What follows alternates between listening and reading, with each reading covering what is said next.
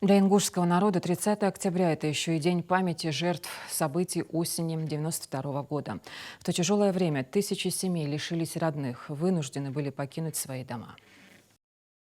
Уважаемые жители Ингушетии, 30 октября – скорбный и печальный день для всего ингушского народа. С ним связаны тяжелые воспоминания, которые до сих пор болью отзываются в сердце каждого жителя республики. Трагедия 1992 года десятки тысяч людей лишила родного дома, сотни погибли и пропали без вести. Это тяжелейший груз нашей народной памяти. Мы не вправе забывать эти горькие уроки прошлого и должны сделать все, чтобы человеческая жизнь всегда оставалась главной ценностью. Все наши усилия должны быть направлены на то, чтобы подобные трагедии никогда не повторялись. Ингушетия сегодня планомерно и успешно развивается по всем направлениям. Сегодня наша общая жизненно важная задача – жить, приумножая человеческий потенциал, духовное и экономическое богатство республики. Мы должны стремиться быть всегда сильными, успешно отвечать на все вызовы, обеспечить благополучную и безопасную жизнь каждого жителя региона. Особенно это важно в период, когда наша страна отстаивает свою стратегическую безопасность, отвечает на экономическое и политическое давление Запада. В этих условиях крайне важно решительно противодействовать любым проявлениям национализма, ксенофобии, разобщенности россиян. В нас навсегда будет жива память о жертвах трагических событий осени 1992 года. Они в нашем сердце и разуме. Во имя них мы будем жить дальше, сохраняя мир и добрососедство в нашем регионе. Бейнчарях дал геш долт дал кахетам был.